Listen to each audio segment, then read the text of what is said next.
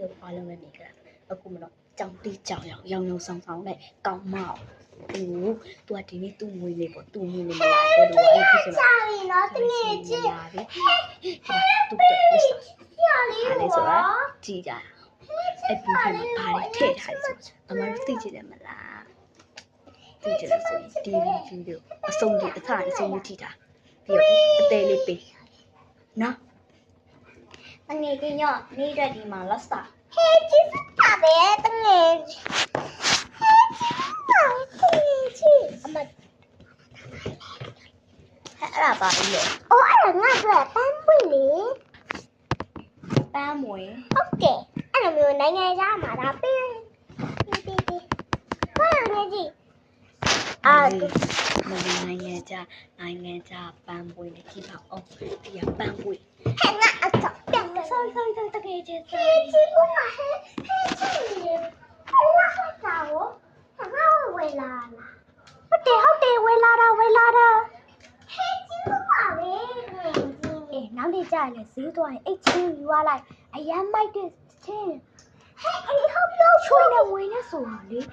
အမနီအားအမတေးအဲ့မနေကြိုက်နေတယ်အဲ့ချွေးနေဝင်နေပါလားငါသူ့တရားမဲစီအဲ့ပြလိုက်မယ်အေးဟုတ်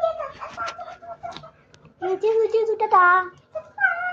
အေးဒီငါပြပါလိမ့်လားမိကြပါချင်းအဲ့ချွေးနေလာပဲအေးတော်နော်ဝါတန်နေလေးမဆိုရင်လည်းဈေးမှာဆိုရင်လိုက်တွားကျမဝယ်ထားတယ်ဈေးချလိုက်တယ်အဲ့တော့အဖိုက်ပုံနဲ့ပြစ်လိုက်တော့ဟေးငါတော့မပြစ်ချင်ပါ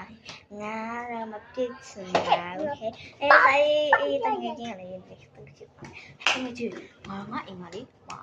ဘေးရခိုင်းရလို့ငါတွားလိုက်တော့မယ်နော်တတာနော်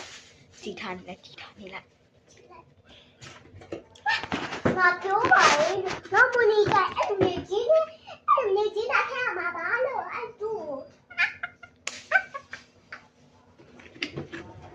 ငါဒီတူအဲ့ဒီဆိုင်ဘူးတူကူတူဆိုင်ချမ်းအခုရချင်းမိလိုက်ပြီကျမမနီရောဖုန်းကျမသူ့ကိုလည်းလကပြီးချင်းထိလိုက်တာဒီကတော့တန်မှုကြီးမှကျမတို့စိတ်ဝင်စားနေပဲဒီမှာ